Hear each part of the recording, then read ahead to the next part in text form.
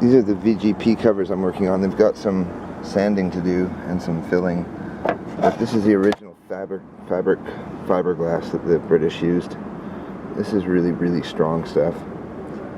And these are in pretty good shape. And there's this one. This is the other side.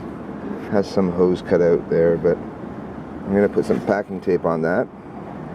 And I'm going to be making molds of these and selling them on eBay, I think, because these are originals, so it's a good point to, you know, preserve the actual designs that were created for the bikes. With some work they'd fit on a 441, but it needs a lot of work and needs some fastener attachments, that kind of thing. The BMW tank's done now.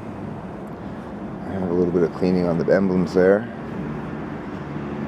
Very, very smooth surface. And consistent color for silver. It's not that easy to paint silver lacquer, but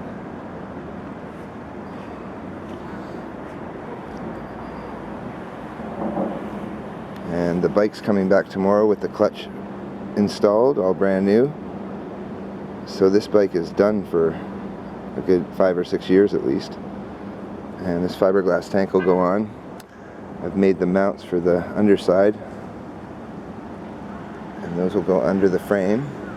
Added the leather pad there, piece of old leather, give it some age.